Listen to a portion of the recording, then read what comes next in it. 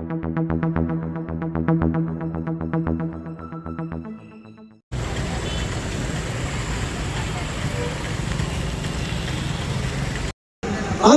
నేను మనవి చేసేది ఒకటే, ఇతర పార్టీల వాళ్ళు కానీ, వైఎస్ఆర్సీపీ కానీ, టీడీపీ కానీ, అమరణ కానీ, మన వెంకటగౌడని కానీ, ఇక్కడ ఇంతవరకు ఎంతో మంది ఎమ్మెల్యేలుగా నిలబడి పోటీ చేసినారు.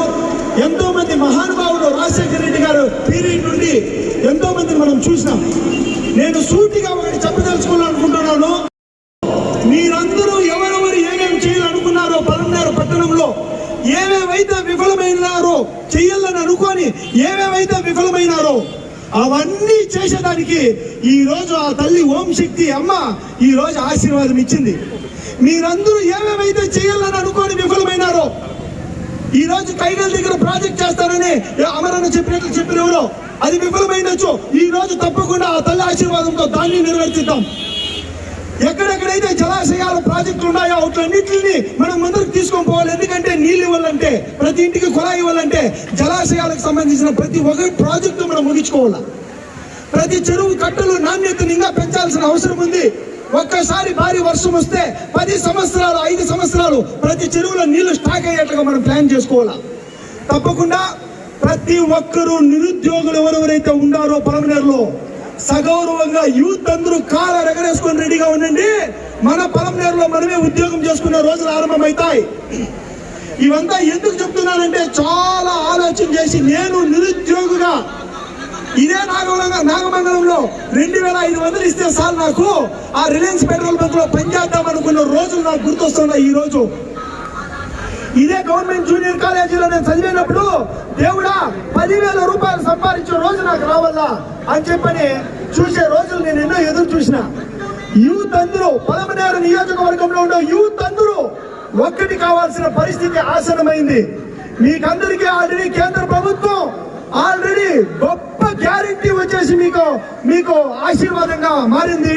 ఆ గ్యారంటీల గురించి అంతా నేను మీకు అతి దగ్గరలోనే ప్రెస్ మీట్ పెడతాను.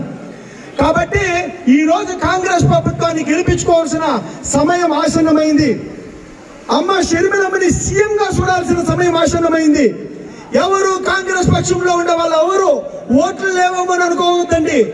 ఇంటికి వెళితే ప్రతి ఒక్క ఇల్లుని మీరు టచ్ చేయగలిగితే తప్పకుండా ఈసారి కాంగ్రెస్ ప్రభుత్వమే.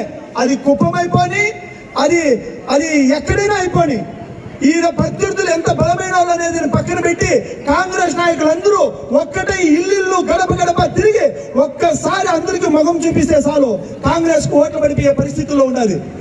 ఎంతో మంది సంసిద్ధం కాదు, ఇది యుద్ధం. ఇది యుద్ధం. ఏమి యుద్ధం అంటే ఆడబిడ్డలందరూ నీళ్లు లేకుండా అలమటిస్తున్నప్పుడు చేయాల్సిన యుద్ధం. ప్రతి యువకుడు నిరుద్యోగి బెంగళూరు విదేశాలు పారిపోతుంటే ప్రతి యువకుడు కలిసికట్టుగా చేయాల్సిన యుద్ధం ఇది. ఆంధ్రప్రదేశ్ మొత్తం పలమనేరు కూడా ఇది సిద్ధం కాదు, సంసిద్ధం కాదు, ఇది యుద్ధం. ఇది యుద్ధం. ప్రతి ఒక్క అవ్వ తాత ఈ రోజు ప్రతి మహిళ బీపీలు షుగర్లు వచ్చి ఎంతో మంది అనారోగ్యం పాలైపోతా ఉన్నారు. స్కూళ్ళు డెవలప్ చేసుకోవాల్సిన పరిస్థితి ఉంది.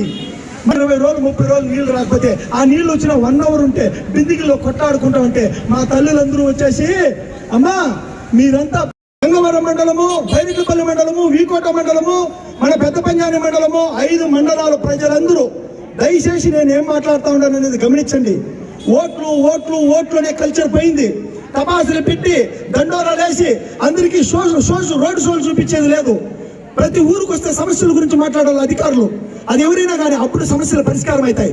అది ఎవరైనా కానీ, అది కాంగ్రెస్ కానీ, టీడీపీ కానీ, నేను కానీ, ప్రతి ఒక్క నాయకుడు ఊర్లోకి వస్తే నిలదీయండి. సమస్యల గురించి మాట్లాడుతున్నాం. ఓట్లు మళ్ళీ 1000 రూపాయలు బ్రాందీ బాటిల్ ఇచ్చి కొనే రోజులు పోయినాయండి. 1000 రూపాయలు ఇచ్చి కొనేస్తాం ఓటు అనుకుంటే జనాలందరూ మారినారు. ఏం తల్లి మారినారా? 1000 రూపాయలతో కొనేస్తారా మిమ్మల్ని ఓట్లు? ముందు బాటిల్తో కొనేక అవుతుందా? అయ్యలేదా? ముందుందా పెద్దయా? అయ్యలేదు సార్. ఎప్పుడు చూడలేనంత స్ట్రిక్ట్ గా ఎంతో గొప్పగా ఎలక్షన్ కమిషన్ కానీ, మన డీజీపీ గారు కానీ, పోలీస్ వర్గం కానీ I'm really very happy. RDO sir కానీ రియలీ ఐఎమ్ చాలా హ్యాపీ అనిపిస్తా ఉంది. వాళ్ళందరూ ఇలా స్ట్రిక్ట్గా ఉండాలా, తప్పకుండా నిజాయితీని గెలిపించుకోవాలా. జై హింద్, జై శర్మిలమ్మ.